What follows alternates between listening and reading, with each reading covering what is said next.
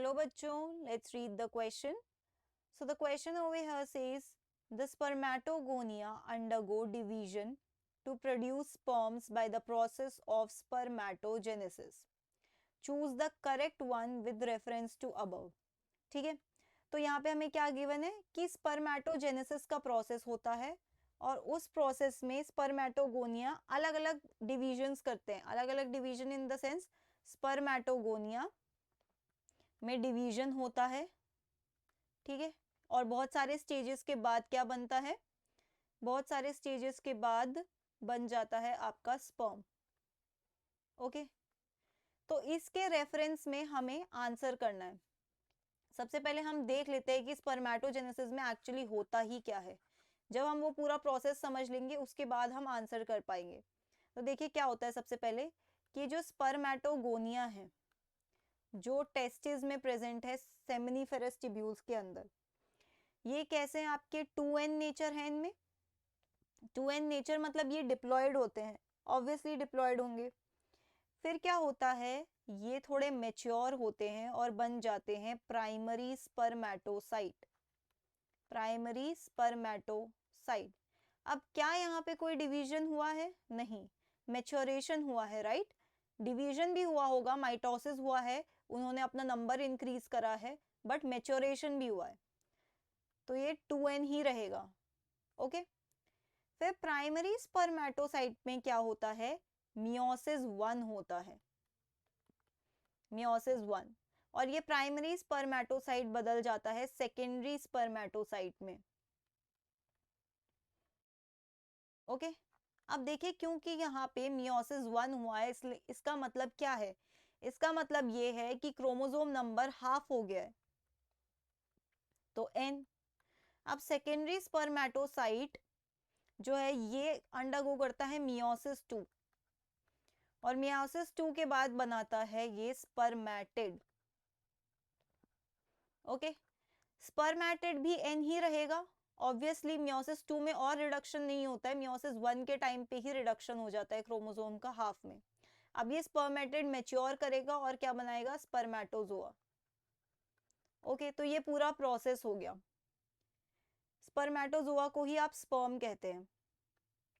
अब जरा देखते हैं हम ह्यूमंस के केस में क्या होगा.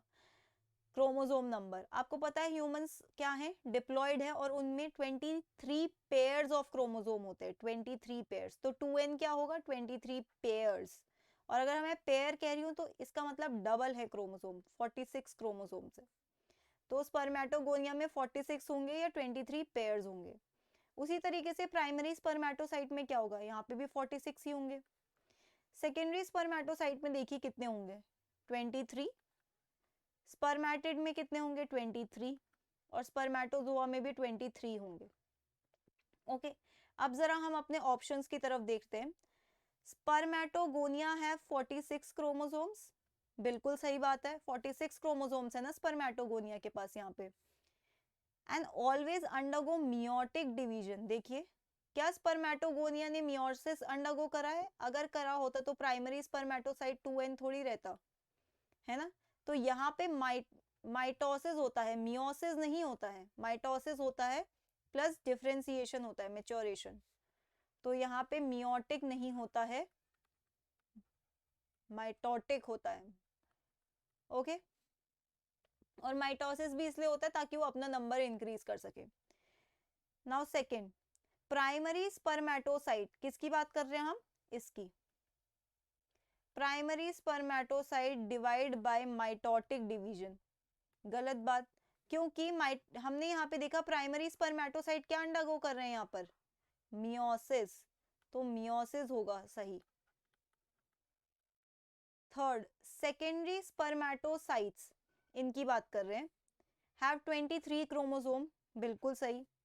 अंडरगो सेकेंड मियोटिक डिवीजन, ये भी सही है. देखिए सेकेंडरी स्पर्मेटोसाइट कौन सा प्रोसेस अंडरगो करते हैं, मियोसिस 2, तो ऑप्शन सी करेक्ट है. ऑप्शन डी देखते हैं, स्पर्मेटोजोआ ट्रांसफॉर्म्ड इनटू स्पर्मेटिड्स. ये कह रहे हैं कि स्पर्मेटोजोआ स्पर्मेटिड में होता है, नहीं, उल्टा प्रोसेस है, स्पर्मेटिड स्पर्मेटोजोआ में होता है. ओके, तो ऑप्शन डी भी गलत है. तो आपका यहाँ पे फाइनल आंसर क्या होगा, यहाँ पर आपका फाइनल आंसर होगा option c. Option c which states secondary spermatocytes have 23 chromosomes। अब अगर यहाँ पर 23 क्रोमोसोम्स की जगह 46 क्रोमोसोम्स होता तो ये गलत हो जाता। Okay, 23 chromosomes and undergo second meiotic division। Okay, so that's it for the question. I hope you understood it well. Best of luck.